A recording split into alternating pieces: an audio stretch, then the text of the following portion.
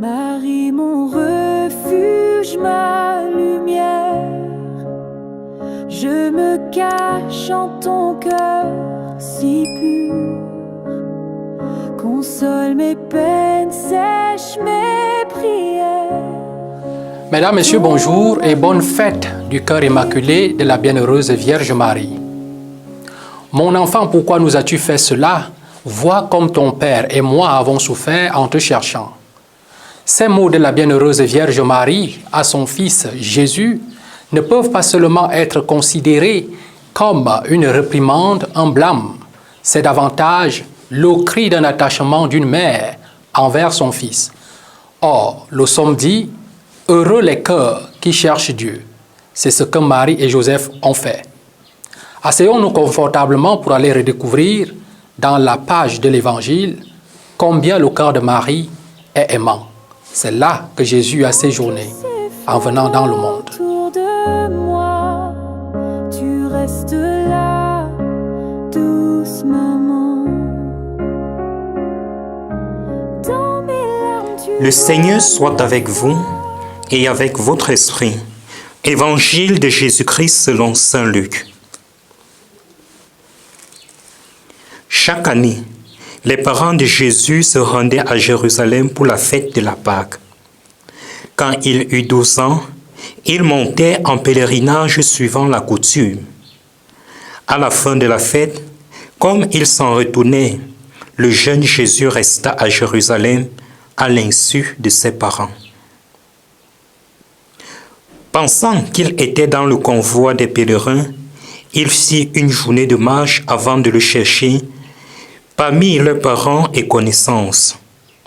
Ne le trouvant pas, il retournait à Jérusalem en continuant à le chercher.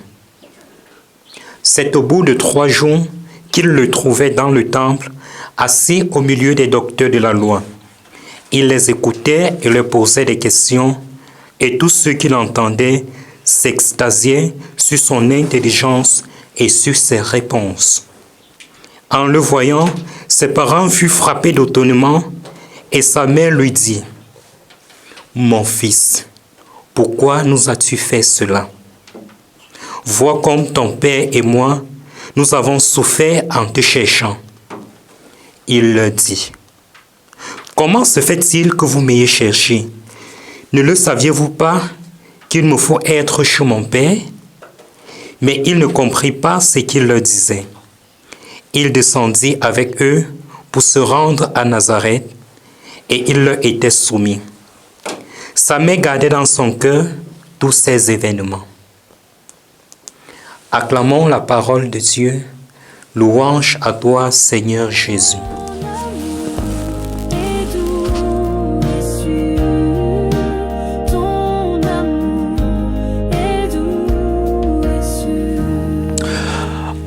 La grâce de Jésus notre Seigneur, l'amour de Dieu le Père et la communion de l'Esprit Saint soient toujours avec vous. Frères et sœurs, un jour après la solennité du Sacré-Cœur de Jésus, l'Église universelle célèbre le cœur immaculé de la très sainte Vierge Marie.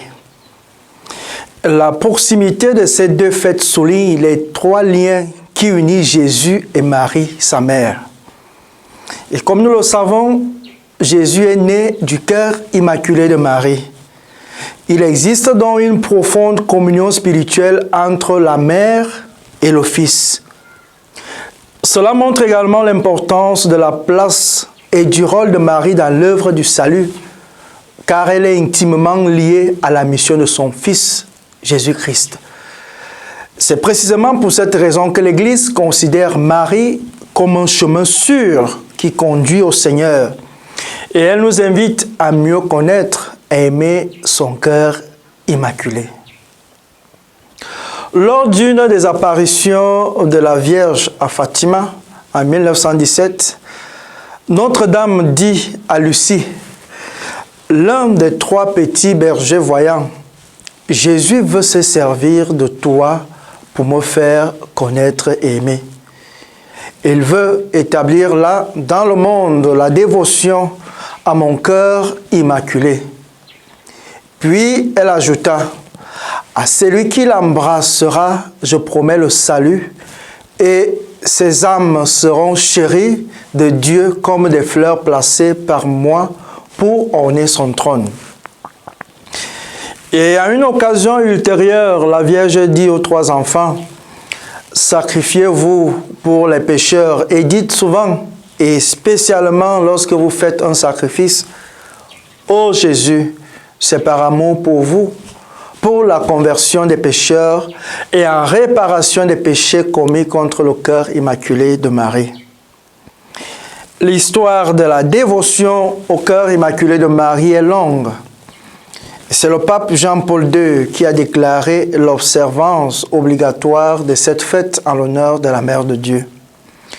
Autrement dit, elle a un caractère obligatoire et ne doit pas être considérée comme optionnelle. Elle doit être célébrée dans tout le monde catholique. Pour nous, missionnaires claretins, officiellement appelés missionnaires fils du cœur immaculé de la très sainte Vierge Marie, célébrer aujourd'hui le cœur immaculé de Marie signifie célébrer notre identité charismatique au sein de l'Église. Dans l'évangile de Luc, au chapitre 2, versets 43-51, que nous méditons en ce jour, Jésus est retrouvé dans le temple au milieu des docteurs de la loi après avoir été cherché pendant 3 jours par ses parents. Cela nous aide à comprendre que le cœur de Marie, comme le nôtre, a connu l'anxiété, l'inquiétude et l'incertitude. Cependant, une attitude est fondamentalement liée à celle de Marie. L'attitude de la prière et de la contemplation. Marie gardait toutes ces choses dans son cœur. Elle porte dans ses bras la vie de chacun de nous et nous enseigne à faire confiance à Dieu. N'hésitons donc pas de l'invoquer constamment. Ô Sainte Mère du ciel, toi qui as su garder dans ton cœur tous les événements de la vie de ton Fils, enseigne-nous la patience et le silence. Fortifie nos cœurs dans la méditation et dans une plus grande proximité avec ton Fils Jésus, notre Seigneur. Amen. Et viens nos cœurs fatigués. Le Seigneur soit avec vous et avec votre esprit. Que Dieu Tout-Puissant vous bénisse, le Père, le Fils et le Saint-Esprit. Amen. Bonne fête du cœur immaculé de Marie à tous et à chacun. Le cœur de la bienheureuse Vierge Marie, c'est le siège de toutes les vertus chrétiennes. C'est là que le Christ a séjourné. C'est son premier temple. Merci de nous avoir regardés. Bonne fête du cœur immaculé de Marie. Bonne fête à tous les claretins. Maman, je peux rester avec moi. Ne me laisse plein de ta